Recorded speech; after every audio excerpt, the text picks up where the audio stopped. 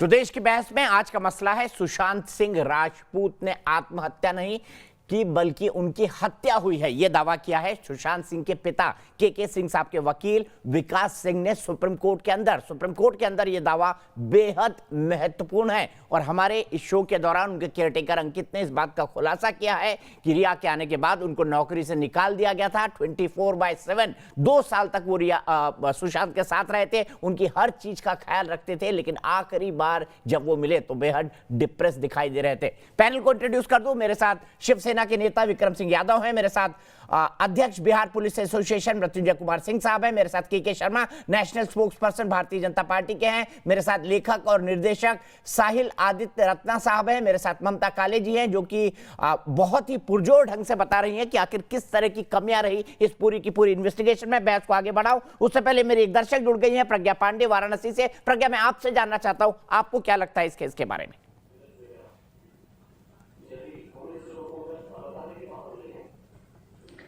जी, सुशांत सिंह राजपूत के मौत को 2 महीने हो चुके हैं और एक होनहार वो लड़के थे, पढ़े लिखे थे, टॉपर थे, बैक टू बैक हिट फिल्में दे रहे थे। MS धोनी हो, छिछोरे हो, उनकी हिट फिल्में थी। और एक दिन उनको मुंबई में उनकी मौत हो जाती है, उनका मर्डर हो जाता है और महाराष्ट्र पुलिस जो है उसको सुसाइड का नाम दे देती है। ठीक है, आपको भी लगता है जो उनके पिता के वकील ने दावा किया सुप्रीम कोर्ट के अंदर? सीधे चलता हूं विक्रम सिंह के पास। विक्रम सिंह जी, क्या देश की भावनाएं आपकी सरकार नहीं समझती है? क्या शिवसेना ने ये कसम खा ली है कि चाहे पालघर हो चाहे सुशांत सिंह केस हो, हम लिपापोती ही करेंगे?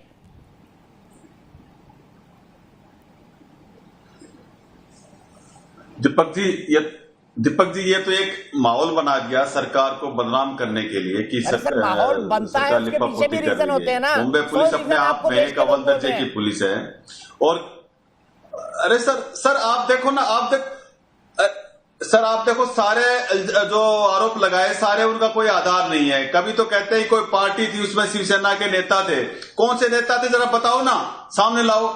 कभी कुछ कह रहे हैं। आप ये देखो सुशांत सिंह इस दुनिया में नहीं है और उनकी क्या इमेज बना दी इन्होंने कि वो एक लड़की के चंगुल में था, वो काले जादू में था, डिप्रेशन में था। अरे सर क्या मतलब ये जो लोग बोल रहे हैं ऐसे चीजें, ये कहीं किसी चीज का कोई आधार नहीं है। और मैं कहता हूँ कि पहले कोई जब पता था कि इतनी प्रॉब्लम है, इतना कुछ है, पहले कोई सामने नहीं। सुशांत डिप्रेशन में थे, हमने नहीं कही है, रिया चक्रवर्ती ने कही है, उनकी गर्लफ्रेंड ने, जिनको बचा रही है महाराष्ट्र सरकार। नहीं कही है। मैं कहता हूं सब नहीं। महाराष्ट्र सरकार का आप एक भी बयान बता दो महाराष्ट्र सरकार ने उसके बचाव में कोई बयान दिया हो। आप ऐसे देखो, ये सब मीडिया और ये लोग बैठ करके ना ये एक और बात पैदा कर दी कि महाराष्ट्र सरकार रिया को बचाना चाह रही है। एक भी बयान सुशांत के पिता ने 2 शादियां की थी। अरे भैया आप एक भी बयान दिखाओ ना, मुझे एक भी बयान दिखा दो कि रिया को बचाने के लिए नहीं हुई, उसकी आत्महत्या हुई है। जवाब दीजिए, सामना ने क्यों नहीं कहा पुलिस की बात आने से पहले की आत्महत्या है? जवाब दीजिए इसका। देखिए भाई, 1 मिनट में आ रहा हूं। अच्छा, एक चीज पे देखो, एक चीज पे इतना वो लगा, ये लोग इतनी बदनामी कर रहे हैं, उसका कुछ नहीं है। ये लोग इतनी, अरे नहीं, शुरू में तो जब ये लगा था सभी ने कहा था, तब कोई नहीं आया, तब कोई आगे नहीं आया। मैं तो कहता हूँ सामाजिक कार्यकर्ता इकट्ठे होकर वैसे ही जैसे पालघर में साधुओं को मारा, वैसे ही सुशांत सिंह का केस कर दिया आपने। शर्मा जी, फिर साहिल भाई, फिर ममता काले और फिर मृत्युंजय भाई। अरे भाई साधुओं पे कार्रवाई हुई है। अरे भाई साधुओं के हत्यारों पे कार्रवाई हुई है। भैया बीच छूट गए जमानत पे, खबर पता कर लिया करिए। बीच छूट गए जमानत पे, आपने चार्जशीट फाइल नहीं करी, खबर पता कर लिया करिए पहले अपनी पार्टी के बारे में। अरे भाई बताओ, अरे भाई मौलाना साध को 6 महीने हो गए, वो पूरे 1.5 घंटा बोल सकते हैं दीपक जी। ठीक है, के शर्मा जी आप बोलिए, सिर्फ के शर्मा जी। देखिए, पिछले बार मेरा समय नहीं मिला था, इस बार मुझे समय दीजिएगा। देखिए, उद्धव सरकार क्यों कटघरे में, मैं आपको बता, जिस समय से सरकार ये बनी है उद्धव जी की, शिवसेना की जो 3 लोगों की मिलके बनी है, सबसे पहला घटनाक्रम देखिए क्यों पुलिस विभाग कटघरे में है। कोरोना काल में लॉकडाउन के दौरान में एक जो है धनाढ्य व्यक्ति अपनी 5 गाड़ियां लेकर खुलेआम जो है बॉम्बे से निकलता है और एक तीर्थ स्थल पर जाता है और उसको कोई रास्ते में पुलिस विभाग वाला रोकने वाला नहीं है। उस तीर्थ स्थल पर वो पकड़ा जाता है, तब जाकर ये एक अधिकारी को सस्पेंड करते हैं। सस्पेंड भी क्या, छुट्टी में भेज के कहते हैं कि देखो साहब हमने कार्रवाई कर दी। क्या वो बगैर उस उद्धव सरकार के परमिशन के वो निकल गया होगा लॉकडाउन में? कोई कार्रवाई नहीं हुई। इसके बाद पालघर आया है। पालघर के दौरान जो है आपने देखा, आज ही आप ही जानकारी, तो इसलिए छोड़ दिया गया क्योंकि उसके अगेंस्ट चार्जशीट ही नहीं है। आज तक पालघर का मामला भी सीबीआई के लिए कोर्ट पे लगा हुआ है, लेकिन जो है ये सरकार अड़ी हुई है कि हम साधुओं की जो हत्या हुई है वहां पर और जो एक वहां लोगों ने किया है उस पर हम कार्रवाई नहीं होने देंगे। अब तीसरी बात आई है, इसमें भी पुलिस वही फंसी है। एक पत्रकार के ऊपर बेवजह केस किया जाता है, बेवजह केस किया जाता है, उसकी जांच पड़ताल होती है, हाई कोर्ट से वो छूट जाते हैं और उसकी चर्चा आप सभी लोगों ने उस समय की थी। निंदा किया लोगों ने कि एक पत्रकार को, एक मीडिया को धमकाने की किस तरह से कोशिश हुई है उद्धव सरकार में।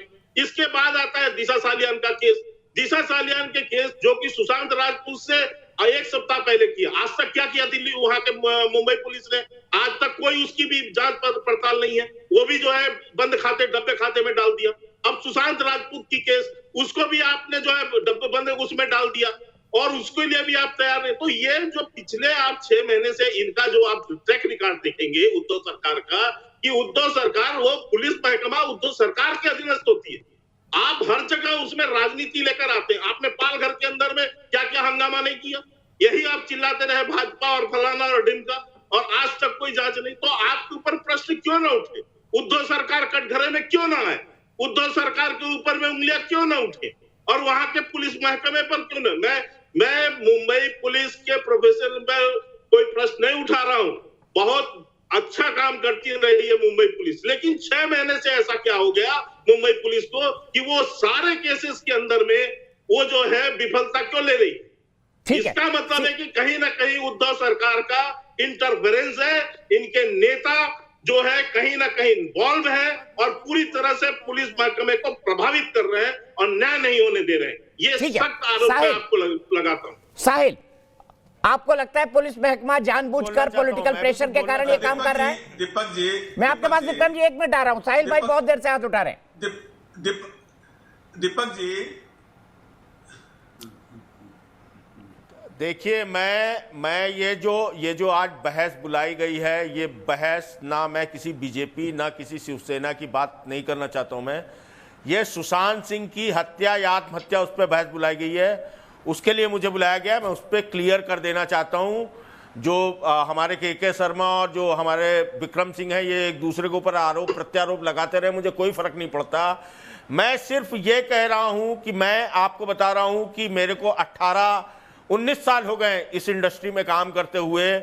जब ये सुशांत सिंह राजपूत ये बच्चा आया था, जब इसको कोई भी शो नहीं मिला था, जब ये दिल्ली से आया था, तब मेरे एक दोस्त हैं, बिहार के डायरेक्टर हैं वो टेलीविजन के, तब मैं पहली बार उससे मिला था। दीपक जी, तब मैं पहली बार उससे मिला था। वो इतना इंटेलिजेंट बच्चा था, इतना सॉर्टेड बच्चा था वो। मैं बच्चा इसलिए बोल रहा हूं क्योंकि वो मेरे से उम्र में छोटा था। वो 34 साल का है, मैं 43 साल का हूं, ठीक है।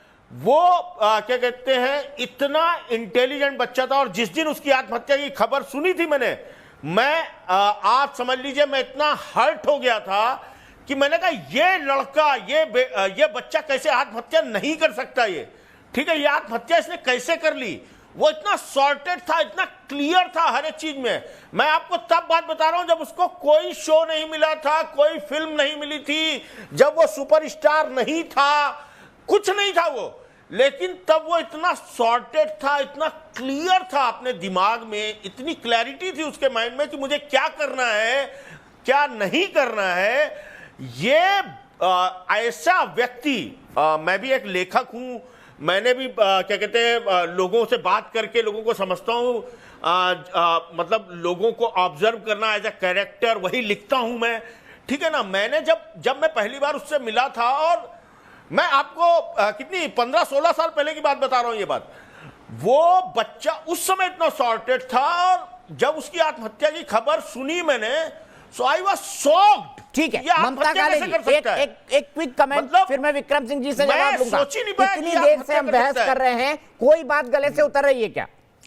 जी जी जी बिल्कुल दीपक जी, कोई बात गले से नहीं उतर रही है। और ये इतने दंभी, अहंकारी, निरंकुश हो गए हैं कि भाषा देखिए इन लोगों की। अब मतलब ये संजय राउत ने भी ये बात बोली थी बाय द वे कि वो डिप्रेशन का शिकार है। उन्होंने सबसे पहले उनको बदनाम करना, एसएसआर को बदनाम करना शुरू किया। और विक्रम जी यहां पर आकर के बोल रहे हैं कि जो लोग गला फाड़ फाड़ कर चिल्ला रहे हैं, चीख रहे हैं, वो जो है झूठ बोल रहे हैं। इनको ये जानकारी होनी चाहिए कि जिनके बारे में वो बात कर रहे हैं वो हिंदुस्तान की आवाम है, जनता है। उन लोगों ने ही इनको वोट दे करके वहां पर सत्ता में बिठाया है। तो ये जिस तरीके के टोन एंड टेनर और जिस शब्दावली का इस्तेमाल करते हैं, बहुत गलत है। हिंदुस्तान की जनता बात करेगी अगर आप अन्याय करोगे।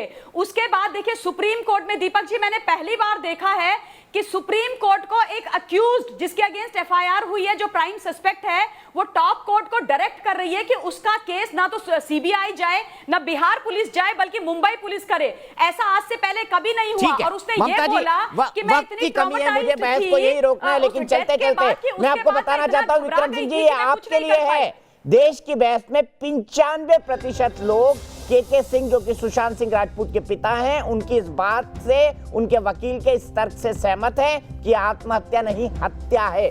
95% लोग। कुछ करिए विक्रम सिंह जी, कुछ करिए। आपकी पार्टी की साख भी दांव पर लग रही है। बहुत बहुत शुक्रिया आप सबका। लेकिन चलते चलते एक अफसोस वाली खबर देना चाहूंगा, जिसने आज मुझे बेहद आहत किया है कि ऐसा भी क्या कभी हो सकता है। मशहूर शायर राहत इंदौरी साहब आज हमारे बिना नहीं रहे। मैं ऐसा भी क्या हो सकता है, मैं ये कल्पना कर रहा हूं कि अब महफिलें उनके बिना कैसी होंगी। लॉकडाउन से पहले तक राहत इंदौरी कई मुशायरों में शायरी करते रहे। उनकी कई पंक्तियां आज भी युवाओं के दिल को छू जाती है और इतिहास में दर्ज हो गई हैं। उन्हें अश्रुपूर्ण श्रद्धांजलि। मैं जब मर जाऊं तो मेरी अलग पहचान लिख देना। मैं जब मर जाऊं तो मेरी अलग पहचान लिख देना। लहू से मेरी पेशानी पे हिंदुस्तान लिख देना।